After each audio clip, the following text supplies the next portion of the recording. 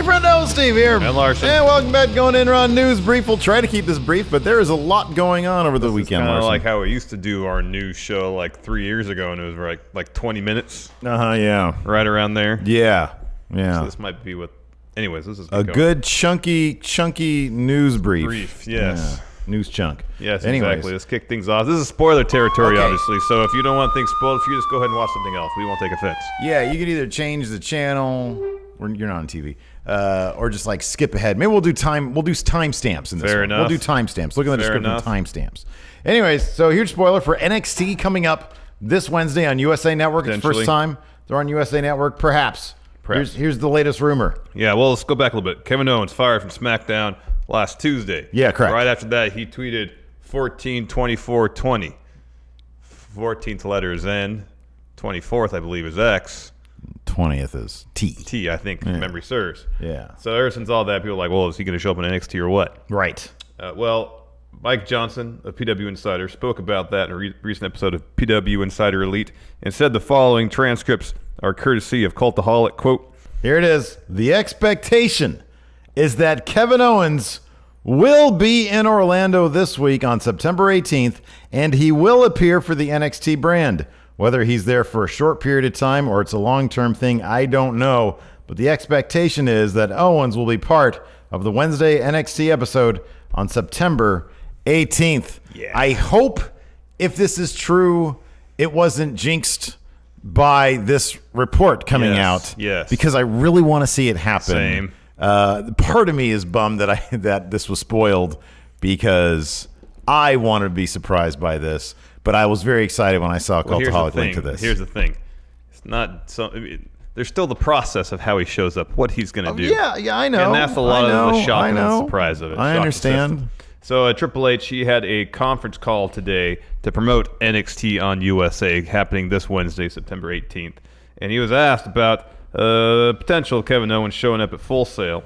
This is what he said. He called Owens, quote, one of the best, most talented guys in the industry today, and added that he'd hired Owens to NXT if he weren't, quote, legitimately fired. Yeah. That's kind of funny. Yeah. And he mentioned, this is a kind of paraphrase from what he said from Sean Ross Sapp, that he, quote, doesn't see any barriers or blockage going on, I guess, in terms of Owens being able to come to NXT. Yeah, it seems like he's clear to go there. If you want a good rundown on Triple H's conference call, there wasn't that much of substance there. But Sean Ross Sapp from Fightful has a really wonderful links here for the rundown. In the video. But yeah, it's he pretty much confirmed that the takeover schedule is going to be different. In 2020. They're still planning WrestleMania takeovers. It's just the other ones might not be on Big Four weekends. He confirmed that NXT is not going to be part of the draft, the SmackDown Raw draft. He didn't expect it, but doesn't mean it wasn't going to happen. Yeah. He does not like the term mid-card title. No, and doesn't think NXT UK needs one. Right. He more or less confirmed that Tony Storm, Pete Dunne, Rhea Ripley is going to be more involved in NXT Prime, without necessarily saying they were quote-unquote called up. He referred to NXT as being like an umbrella where there can be a lot of movement going on there amongst the various rosters. So that's cool stuff. Somebody also offered up the idea of bringing back FCW as a developmental show to replace NXT. And he said that he'd have to take a look at what the Florida show scene is like right now. So interesting. That is kind of cool. NXT Breakout, they should do it. Yeah, totally. But yeah, there was a lot of stuff there. None of it was really too consequential. Check out that Sean Ross Sapp Twitter feed. Yes. And he'll let you know what's going on. And check out NXT on USA September 18th. See, hopefully Kevin Owens on the show. That'd be great. Yeah. Oh man, I'd mark out so hard. Oh man, I know. You're gonna get my shocked face on Twitter, man.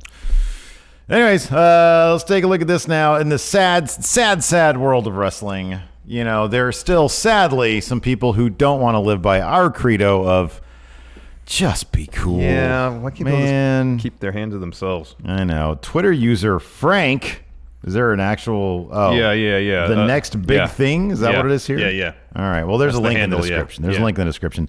He posted a clip from Clash of Champions last night. Yes. Where Becky Lynch tossed Sasha Banks back over the barrier into the ringside area, and some jackass fan decided to try to touch Sasha's posterior. We tried to. Yeah, he tried to. And, the Twitter kind of blew up this afternoon over it, saying what a D-bag, all that stuff. Just be cool, man. Don't do it. So someone else shared that clip on Instagram. Apparently, because the next big thing, screen grabbed it. Apparently, Sasha Suing clip commented on clip 2 words, "I'm suing." Oh, God, I hope she does. Or I'm not sure if, you can press charges in that situation, but... Well, suing is different than pressing charges. No, I know, but I was thinking, I wonder if she could simply press charges, because I know, the definition, depending on the state for assault, can be fairly liberal or conservative, depending on where you are. Broad or limited, yes. Yeah, if I spit on you, you could press charges. Depending where, yeah. Yeah. But I don't know if I graze your buttocks or if I attempt to graze your buttocks. I'm not really sure. I don't know if that qualifies. I don't know either. I hope she does this. I really do. A precedent an example needs to be set. Exactly. An example needs to be set. Seemingly, one instance of this kind of stuff happening is one too many. We've seen in the last few months several instances of fans getting out of line. Oh, a AAA with Scarlett Bordeaux was terrible. It was awful. terrible. This stuff should not be happening. No, anymore. It shouldn't. Keep your hands to yourself. Yes. Now, if someone's walking down the ramp, you have your hand out, and if they are the one that instigates the contact between hand and high five, that's okay because they're doing it on their terms. Yeah. To go and reach your hand out at a wrestler, anybody, while they're in the middle of the show, doing that. What is that? Cool. It's what not is cool. With your it's dumb not cool. foot. What is cool. that? Jeez. It's not cool, man. Oh, man. But it's, the last 2 months, it seems like there's been several instances where people just getting out of hand. It's caught a lot more on because everybody has their darn phones out these days, which I think is probably a good thing because now we're finding this stuff out. Before it's somebody touched me. We'll prove it. I can't. Now everybody's got their phones out. Mm-hmm. Got to watch what you're doing, man. You can't not be cool anymore. You have to be cool. You have to be just cool. be cool. It's getting to the point where you're not having a choice, but you have to be cool. You have to be cool. Yeah. Anyways, what wasn't cool? Cass's weekend, Larson. What was going on with that? Really lousy weekend. So this is a bit of an update from Friday's news brief where he talked about Cass's interview where he said he's been in contact with WWE and was hopeful that he could return. That's probably not going to happen now. Probably not. So we won't go into a lot of full detail because I'm sure everybody's heard by now the incident that probably happened. That did happen, according to PW Insider. Yeah, we'll link with Cass. We'll link in the description if you want to read the entire incident. PW Insider report on this where Saturday night, WrestlePro did their farewell show to Pat Buck, who has recently been brought on by WWE to be a producer. Yes. And at this show, Cass was acting, quote, aggressive and erratic backstage over the course of the evening. He was booked to make an advertised appearance in a battle royal during the show, but instead, he did a bunch of other things. So, right. So keep in mind, he's supposed to make himself incognito, right? Yes. He was going to show up at this battle royal as a surprise entrance. So this should be Cass. Basically, the entire. Well, you need the low Shirai thing where he had the glasses and the mustache and stuff on. The Groucho Marx. Exactly. The low Shirai. So instead, he did these things. This is all from PW Insider. Quote, Cass confronted AEW star Joey Janela in a threatening manner, looking for a physical confrontation, apparently stemming from Janela's run-in several months back with Enzo Amore at a Blink-182 concert in New Jersey. This is still from PW Insider. The irony over the situation, we are told, is that Cass and Janelle had been in the same locker room the night before for Northeast Wrestling, and there are zero issues at all.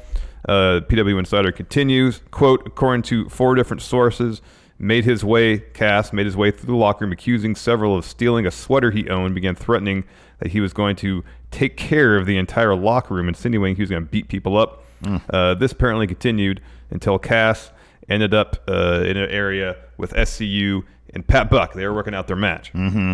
Apparently, quote, Cass began accusing everyone in the room of stealing his belongings and acting in a threatening manner, threatening to fight them. He then turned to Buck, who was sitting, and said, what are you going to do, tough guy? What are you going to do, tough guy? And spit in Buck's face. Oh. What did Pat Buck do?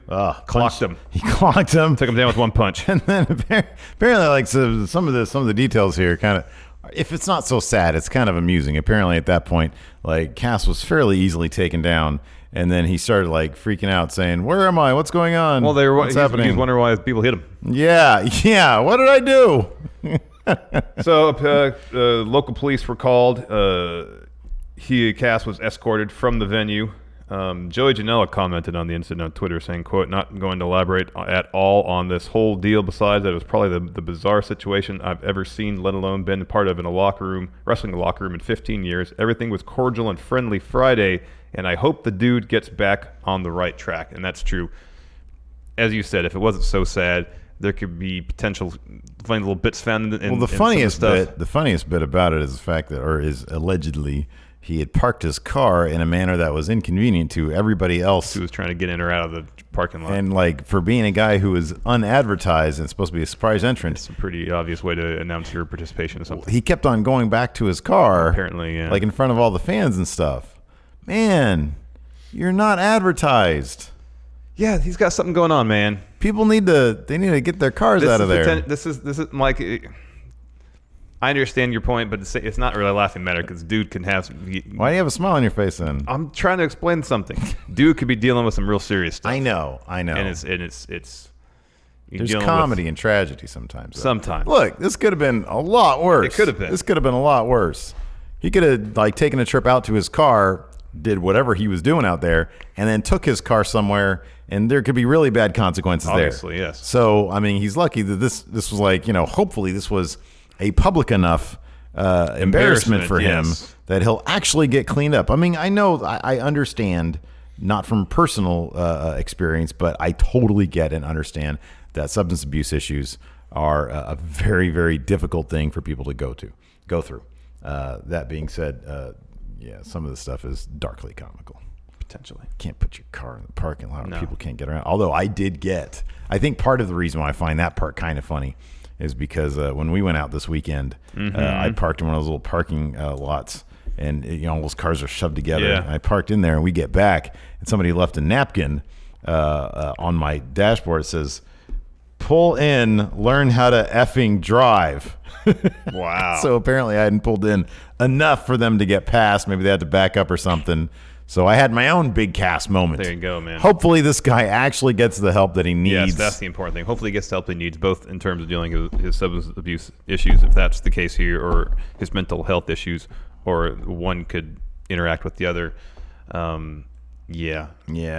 Really hope he gets the help he needs for sure. So you want to do this Raw preview? Yeah, let's do it real quick. Probably do that. It's customary for our Monday news show. So here we go. Of course, the big deal tonight is King of the Ring final. The King approaches. After weeks of breathless action and speculation, the time has come to crown the 2019 King of the Ring. And the contestants are truly the cream of the crop. Oh, yeah. Raw powerhouse Baron Corbin has proven to be an unlikely yet deserving contender for the throne, outlasting his foes in epic matches, including the first ever King of the Ring triple threat match in last week's semifinals. He'll be facing a worthy foe, however, in SmackDown Live Wunderkind, Shorty G, Chad Gable, whose run is conjuring up memories of prime Kurt Angle and hinting at a magnificent legacy of his own. Of course, there's only room on the throne for one, and come Monday night, we'll either be kneeling before King Corbin or toasting Shorty G, first of his name. Prepare accordingly. Oh, dear. Next, how will Becky Lynch respond to her $10,000 fine in the wake of her match against Sasha Banks? In the wake of WWE Clash of Champions, Becky Lynch was fined $10,000 for inadvertently striking a referee during her Raw Women's Championship match against Sasha Banks. At the same time, although Banks didn't win the title in her brutal contest, she did beat Becky Lynch, earning a disqualification victory over the man. All of this thanks in part to Lynch's errant attack on a referee with the same instrument that the boss has made such effective use of, both in the weeks up to the pay-per-view showdown and during the match itself. With unfinished business clearly existing between the two bitter adversaries, will the man seek her own form of payback for her fine directly from Banks? Will Banks make another play for the man and the spotlight? Yes, I'm assuming yes. Yes, probably yes on both accounts. Next, what will be the fallout from The Fiend's ruthless assault on Seth Rollins? It was revealed a few weeks ago that Bray Wyatt had challenged either Seth Rollins or Braun Strowman for the Hell in a Cell pay-per-view. The Golden One Center Twitter. Yeah. Seemingly, whichever superstar ended Clash of Champions with the Universal title, and he didn't wait too long to reiterate his intentions. The Fiend appeared in the final moments of Clash of Champions to maul Rollins with Sister Abigail and the Mandible Claw minutes after the Beast Slayer retained his prize. Although a match between the two has, of course, not been made official, the Fiend seems to have picked his next target. How will Rollins respond to this menacing new threat to his reign? He should just vacate the title and run away in fear. Yeah. Because Bray Wyatt had that freaking lamp of decapitated Bray Wyatt. Yeah. That's terrifying. Super scary, man. That was really scary. Next, this is going to be great. The Street Profits to host Maria Kanellis' gender reveal party live tonight on Raw. RSVP now because you do not want to miss it when Maria Kanellis reveals her child's gender at a special gender reveal party tonight hosted by the Street Profits. Angelo Dawkins and Montez Ford invite you to be part of the festivities live tonight on Raw. Anything that gets Mike Kanellis in front of the TV screen, I'm very happy with. And then finally, Alexander the Second. Cedric Alexander pinned AJ Styles last week, but he fell short of the Phenomenal One's United States Championship on Sunday, thanks to a quick, ruthless rally that stopped the former WWE Cruiserweight Champion in his tracks. But even though Styles wanted to teach Alexander a lesson, he might want to hope the lesson wasn't learned too well. As Cedric made clear after the match, he has no intention of stopping his pursuit of the U.S. title and has one thing going for him now that he didn't before. He's fought AJ Styles, and he knows what to expect. There's a chance his next play for the title will look and end very different from the last. So, yeah, there you go. It should be a fun Raw. Hopefully. I hope so. You got the Street Profits and the Kanellises. That'll be fun. That'll be cool. Fiend, get more Angelo Fiend. Dawkins maybe trying to become the side guy there for Maria Kanellis, perhaps with some side eye. Anyways, thanks everybody for watching, tuning in. We'll be back tomorrow with our Raw review. Till next time. Till next time. We'll talk to you later. Goodbye.